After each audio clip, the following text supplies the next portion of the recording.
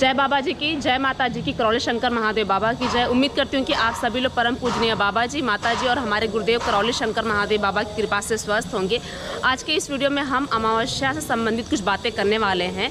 आप लोग के कमेंट भी आ रहे थे और दरबार में भक्त लोग पूछ भी रहे थे कि अमावस्या के दिन क्या करना होता है, कितने बजे आना होता है, कितने लोगों को आना होता है और बहुत सारी चीज़ें। तो मुझे लगा क्यों ना एक वीडियो अमावस्या के ऊपर मुझे बनाना चाहिए, ताकि जो लोग नए भक्त हैं जो दरबार से अभी जुड़ रहे हैं और दरबार की विधि को अपना रहे हैं, तो उनको पता होना चाहिए कि अमावस्या के दिन हमें क्या क्या करना होता है। तो देखिए, सबसे पहले हमें ये जानना होगा कि अमावस्या के दिन क्या होता है। तो अमावस्या का जो दिन होता है ना, स्पेशली ये होता है हमारे पूर्वजों की मुक्ति के लिए। अमावस्या के दिन हमारे पितृ मुक्त होते हैं।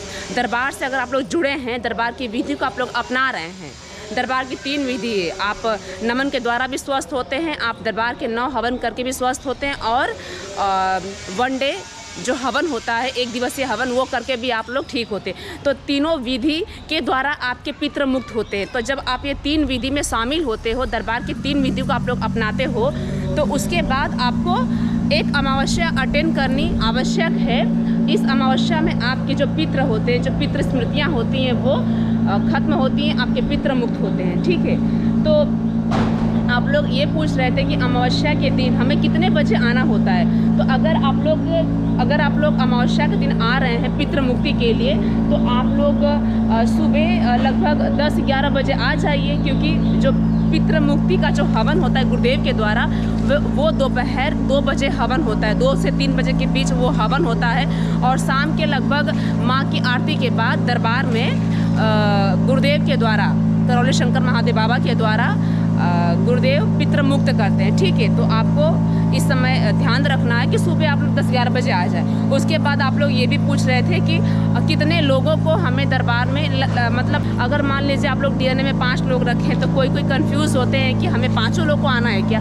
नहीं, डीएनए का कोई भी अगर एक व्यक्ति दरबार में आता है तो उसके पितृ मुक्त हो जाते हैं, तो उनको लेके आना है। आप लोग के ये भी प्रश्न थे कि कौन कौन इसमें शामिल हो सकता है। तो देखिए, जो लोग 7 हवन कर चुके हैं वो लोग जो लोग 7 हवन कर चुके हैं वो लोग भी ये हवन में शामिल हो सकते हैं, उनके भी पितृ मुक्त होते हैं। जो लोग 9 हवन कर चुके हैं वो लोग भी इसमें शामिल हो सकते हैं, उनके पितृ मुक्त होंगे।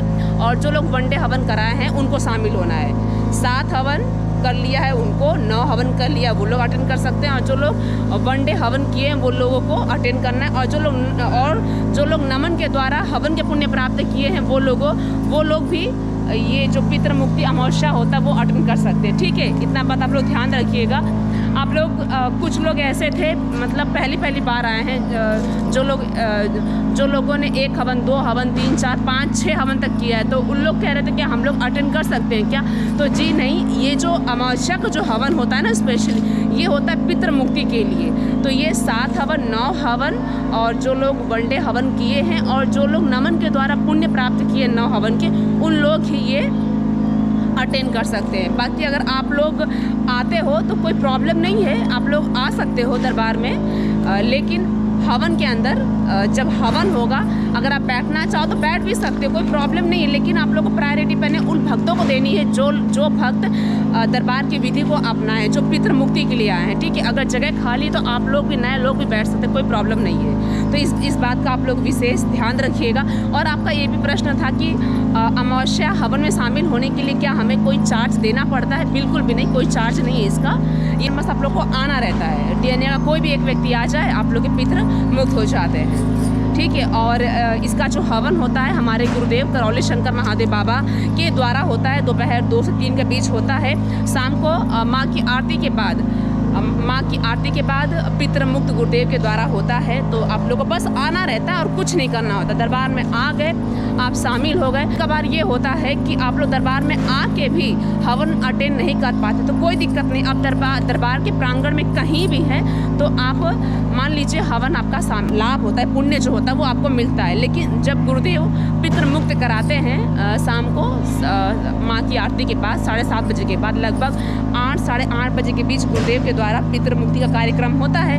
और पीछे शिव शक्ति दरबार आप लोग देख रहे हो, यहाँ पे ही होता है। तो उस बीच में आप लोगों को शामिल होना है। बस बस यही सारी चीज़ें हैं। प्रश्न होगा तो आप लोग कमेंट कर दीजिएगा, उस टॉपिक के ऊपर वीडियो बनाएंगे और आप लोग बताएंगे। मिलते हैं नए वीडियो में। हर हर महादेव, करौली शंकर महादेव बाबा की जय।